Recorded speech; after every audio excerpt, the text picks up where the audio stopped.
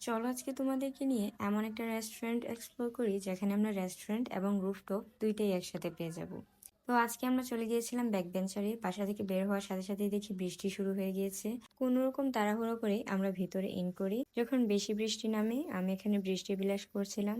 তারপর বৃষ্টি একটু কমার পর আমরা উপরে যাই, কারণ তখন উপরে যাওয়ার পরিস্থিতি ছিল না। এখানে ডেকোরেশনটা অনেক ভালো ছিল, আর এই ঠান্ডা আবহাওয়ায় আরো বেশি ভালো লাগতেছিল।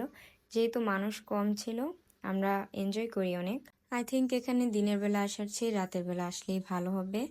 আমার কাছে রাতের বেলা অনেক ভালো লেগেছে। এখানে অনেকগুলো টেবিল ছিল, আপনারা ফ্রেন্ডস এবং ফ্যামিলি নিয়ে আসতে পারেন।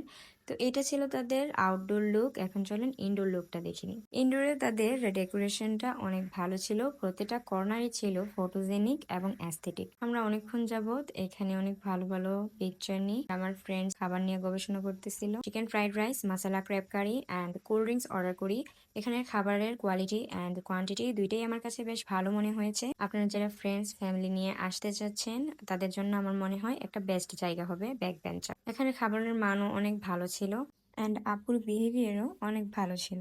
তারপর আমরা এখান থেকে বিল দিয়ে বেরিয়ে যাই। আর এই নতুন টাকার এক্সচেঞ্জটা তো আমাকে অবশ্যই করতে হবে। তো বেরিয়ে আসার পর আমরা আরো কিছুক্ষণ ঘোরাফেরা করি। এটা হচ্ছে তাদের রেস্টুরেন্টের আরেকটা সাইড। আমার কাছে প্রথম সাইডটা বেশি ভালো লাগে, এই সাইডটাও মোটামুটি ভালোই ছিল।